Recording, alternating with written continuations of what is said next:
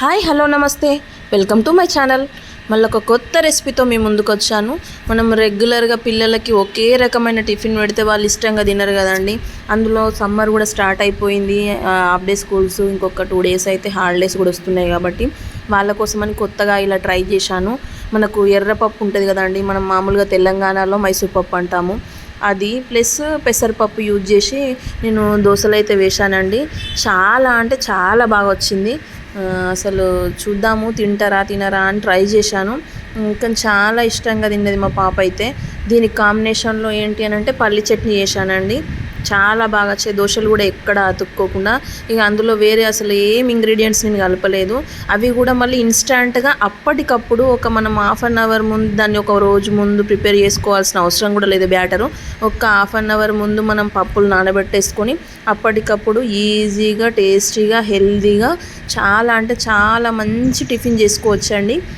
ఇప్పుడు మా working women's అయితే హడావిడిగా వాళ్ళ వర్క్కి వెళ్ళడం అది ఇది ఇంట్లో ఇవన్నీ కష్టమైతాయి కాబట్టి ఇట్లాంటివి ట్రై చేసి చూడండి, చాలా తొందరగా అయిపోతుంది. పిల్లలు కూడా చాలా ఇష్టంగా తింటారు. పప్పులు కూడా మనకు ఎట్లాగూ హెల్దీ కదా, అసలు పప్పులు ఇష్టపడని పిల్లలు ఎవరు ఉంటారు చెప్పండి.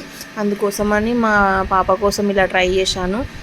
చాలా బాగా వచ్చిందండి. మీరు కూడా ఒకసారి ట్రై చేసి ఎలా ఉందో కామెంట్ చేయండి ఫ్రెండ్స్. అలాగే నా ఛానల్ని సబ్స్క్రైబ్ చేసుకోండి, లైక్ చేయండి, షేర్ చేయండి, కామెంట్ చేయండి. మీ కామెంట్ చేయడం వల్లనే నాకు ఇంకా ఏంటి అని అంటే ఎంకరేజ్మెంట్ లాగా ఉంటుంది. మళ్ళీ నా వీడియో కూడా రిఫర్ కావడానికి అవకాశం ఉంటుంది. కాబట్టి తప్పకుండా మీరు నాకు సపోర్ట్ చేయాలి ఫ్రెండ్స్. ఇంకా వేరే ఏమైనా రెసిపీస్ గురించి కూడా మీకు తెలిసినట్టయితే ఈ రెసిపీ ఎవరికైనా తెలుసా, ఇలా ఎవరైనా ట్రై చేశారా కూడా నాకు కామెంట్ చేయండి. అంటే ఒకవేళ ట్రై చేసి కూడా టేస్ట్ ఎలా వచ్చిందో అది కూడా కామెంట్ చేయండి. అలా అయితేనే నాకు తెలుస్తుంది మీ వీడియోస్ మీ వరకు నా వీడియోస్ రీచ్ అవుతున్నాయి, నా సబ్స్క్రైబర్స్ నా ఛానల్తో కొంచెమన్నా సాటిస్ఫాక్షన్ ఉన్నారు అన్న ఫీలింగ్ నాకు వస్తుంది. అందుకోసం అని చెప్పేసి చూడండి, చాలా అంటే చాలా బాగా వచ్చాయి దోశలు. చాలా తొందరగా కూడా అండి, అసలు ఎక్కువ ప్రాసెస్ లేకుండా ఈజీగా అయిపోయింది.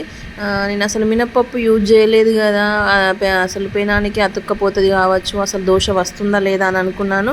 కానీ అసలు ఇంత కూడా అసలు దానికి పట్టుకోకుండా చాలా ఈజీగా వచ్చేసినాయి అండి దోశలు. చాలా బాగా అనిపించింది. ఇంకా కొత్త రెసిపీస్ ఇలానే ట్రై చేస్తూ ఉంటాను మీకోసం. ఓకే ఫ్రెండ్స్, థ్యాంక్ యూ అండి. Thank you so much for support. ఇప్పటిదాకా సపోర్ట్ చేసినందుకు థ్యాంక్ యూ అండి. బాయ్.